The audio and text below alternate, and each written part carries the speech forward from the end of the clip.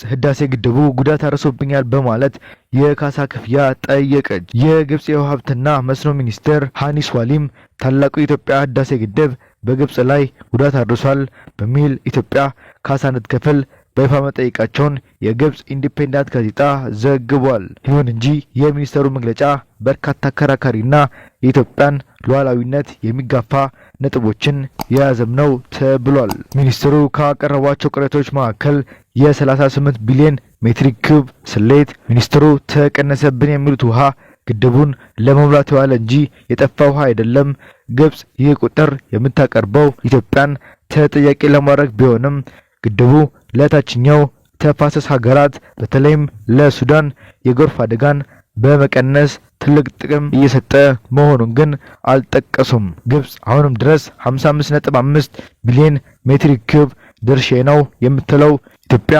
ያልተሳተፈችበትና የቅኝ ግዛት አስተሳሰብ ውጤት የሆነው የ1959ን ስምምነት መሰረት በማድረግ ነው። ኢትዮጵያ ይህን ኢፍትሐዊ ስምምነት ፈጽሞ እንደማትቀበለው በተደጋጋሚም ገልጻለች። ሚኒስትሩ በግብጽ የውሃ እጥረት መከሰቱን ቢገልጹም ግብጽ በበረሃ ላይ የምታካሄዳቸው ግዙፍ የመስኖ ፕሮጀክቶች እና ለትነት የሚጋለጠው ውሃ ማጠራቀሚያዎቿ እንደ አስዋን ግድብ ለችግሩ ዋነኛ ምክንያት መሆናቸውን ግን ለመደበቅ ሞክረዋል። ኢትዮጵያ ለ13 ዓመታት በድርድሩ ስትሳተፍ የቆየች ቢሆንም ግብጽ ግን ከስምምነት ይልቅ ድርድሩን የማጓተትና ጉዳዩን ዓለም አቀፋዊ የማድረግ ስልት ስትከተል መቆየቷ ይታወቃል።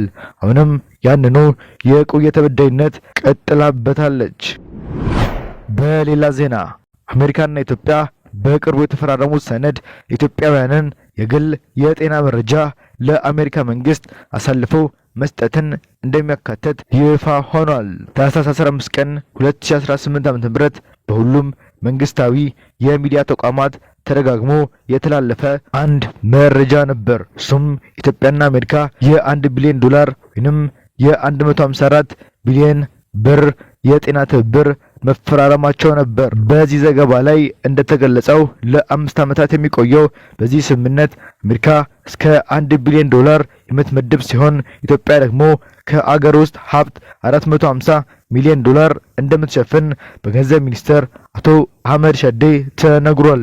የገንዘብ ሚኒስተሩ አቶ አህመድ ሸዴ የመግቢያ ስምምነቱን በሁለቱ መንግስታት መካከል ያለውን መተማመን የሚያሳይ ፖለቲካዊና ኢኮኖሚያዊ ምልክት መሆኑን ቢገልጹም አሁን የወጡ ያሉ መረጃዎች ስምምነቱ የሀገራትን መረጃ ሉዓላዊነት የሚቃረን እንዲሁም ፈራሚ ሀገራት የዜጎቻቸውን የጤና መረጃ ለአሜሪካ አሳልፈው እንዲሰጡ የሚያስገድድ መሆኑ እየተጠቆመ ይገኛል። እስካሁን ኢትዮጵያን ጨምሮ 14 የአፍሪካ ሀገራትን ስምምነቱን ከአሜሪካ ጋር የተፈራረሙ ሲሆን ቀድሞ ፈርመው ከነበሩ ሀገራት መካከል አንዷ በነበረችው ኬንያ የሀገሪቱ ከፍተኛ ፍርድ ቤት ውሉ የዜጎችን መረጃ አሳልፈው ይሰጣል በሚል ማገዱ ታውቋል።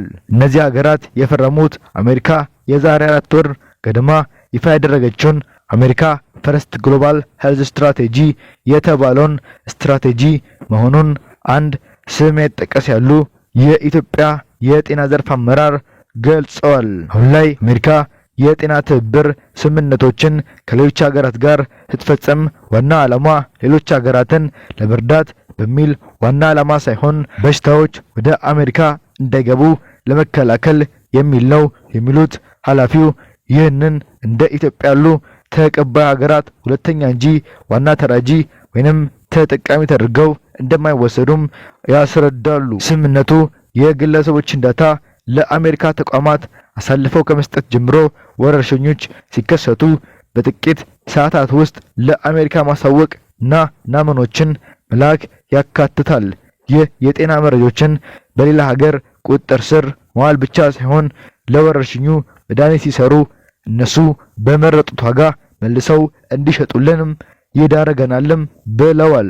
እኚህ ኃላፊ አክለውም ይህ አካሄድ እንደ ቻይና እና የአውሮፓ ሀገራት ያሉ የአሜሪካ ተቀናቃኞችን በጤናው ዘርፍ ለመግታት እና የአሜሪካ የመድኃኒት አምራች ኩባንያዎችን ተጠቃሚ ለማድረግ ያሰበ መሆኑንም ጠቁሟል። ኬንያ ውስጥ ይህ አካሄድ ያሰጋል ያሉ ዜጎች ጉዳዩን ወደ ፍርድ ቤት ወስደው ቢያስቆሙትም እንደ ኢትዮጵያ ባሉ ደካማ የፍትህ ተቋማት ባላቸው ሀገራት ጉዳዩ አሳሳቢ እንደሆነ እንደተቀመጠም ይገኛል። በስምምነቱ መሰረት የዜጎች የበሽታ አይነት፣ የኤችአይቪ መያዝ ወይንም አለመያዝ፣ የቲቪ በሽታ ታሪክ ዝርዝር፣ የክትባት ሪከርድ ወዘተ ለአሜሪካ መንግስት ተላልፎ እንደሚሰጥም ተጠቁሟል። የአሜሪካ መንግስት በበኩሉ ስምምነቱ የፈራሚ ሀገራትን የጤና መረጃ ስርዓትን በማሳደግ እንደ ኤችአይቪ፣ ቲቪ፣ ወባ፣ ፖሊዮ እና ተላላፊ በሽታዎችን ቀድሞ ለመከላከል እንደሚያግዝ ገልጿል። ጀስቲስ ፎር ሄልዝ የተባለው አንድ የኬንያ ተቋም መሪ የሆኑት አላን ማሌቼ የተባሉ ግለሰብ ሁኔታውን ሲያስረዱ የጤና መረጃ ስትራቴጂክ ጥቅም ያለው የህዝብ ሀብት ነው። ይህ ሀብት እንዴት መመራት አለበት የሚለው የአሁን ውሳኔ ለመጪው በርካታ ዓመታት አፍሪካ በጉዳዩ ዙሪያ ሊኖራት ወይንም ልታጠው የምትችለው ይህ ሀብት ይመለከታልም ብለዋል። በበርካታ ሀገራት ያሉ መንግስታዊ ያልሆኑ ተቋማት፣ የጤና ተመራማሪዎች እና የፍትህ አካላት አሜሪካ ከሰሞኑ የፈጸመችው ስምምነቶች ላይ ጥያቄ ማንሳት የቀጠሉ ሲሆን የአፍሪካ መንግስታት የውጭ ስምምነቶችን ሲፈጽሙ በህግ አውጪ አካላትና በህዝብ ዘንድ ተቀባይነት ሲያገኙ መፈረም ለመጪው በርካታ ዓመታት ችግር ይዞ እንደሚመጣም እያሳሰቡ ይገኛል። በኢትዮጵያ በኩል ስምምነቱ ሲፈረም ይህ የዜጎች መረጃ ማጋራት ጉዳይ ያልተነሳ ቢሆንም ታይዴቭ የተባለው የሳይንስ ድረገጽ የኢትዮጵያ ስምምነት የአሜሪካ ፈርስት ግሎባል ሄልዝ ስትራቴጂ መሆኑን አረጋግጧል። በሌላ ዜና አዲስ አበባ ዩኒቨርሲቲ በምስራቅ አፍሪካ ካሉ ዩኒቨርሲቲዎች ቀዳሚ ሆኗል። በኪዩኤስ ዓለም አቀፍ ዩኒቨርሲቲ ደረጃ መሰረት የአዲስ አበባ ዩኒቨርሲቲ ከምስራቅ አፍሪካ አንደኛ በመሆን ተመርጧል። የከፍተኛ ትምህርት ተቋማትን በሚያስመዘግቧቸው የመማር ማስተማር፣ የምርምርና የማህበረሰብ አገልግሎት ዘርፍ ውጤቶችን በመመዘን የዩኒቨርሲቲ ደረጃዎችን በሚያስቀምጠው ኪዩኤስ ወርልድ ዩኒቨርሲቲ ራንኪንግ አዲስ አበባ ዩኒቨርሲቲ የምስራቅ አፍሪካ ተመራጭ ዩኒቨርሲቲ ደረጃን መያዝ ችሏል።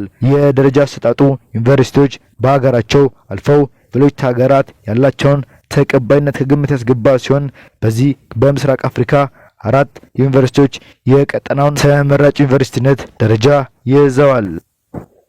ዩኒቨርሲቲዎቹ በተከታታይ ባስመዘገቡት የማስተማር የምርምርና የማህበረሰብ አገልግሎት ብቻም ሳይሆን በፈጠራና በቀጠናው ልማት ላይ ያበረከቱትን አስተዋጽኦ በመመዘኛነት ቀርቧል።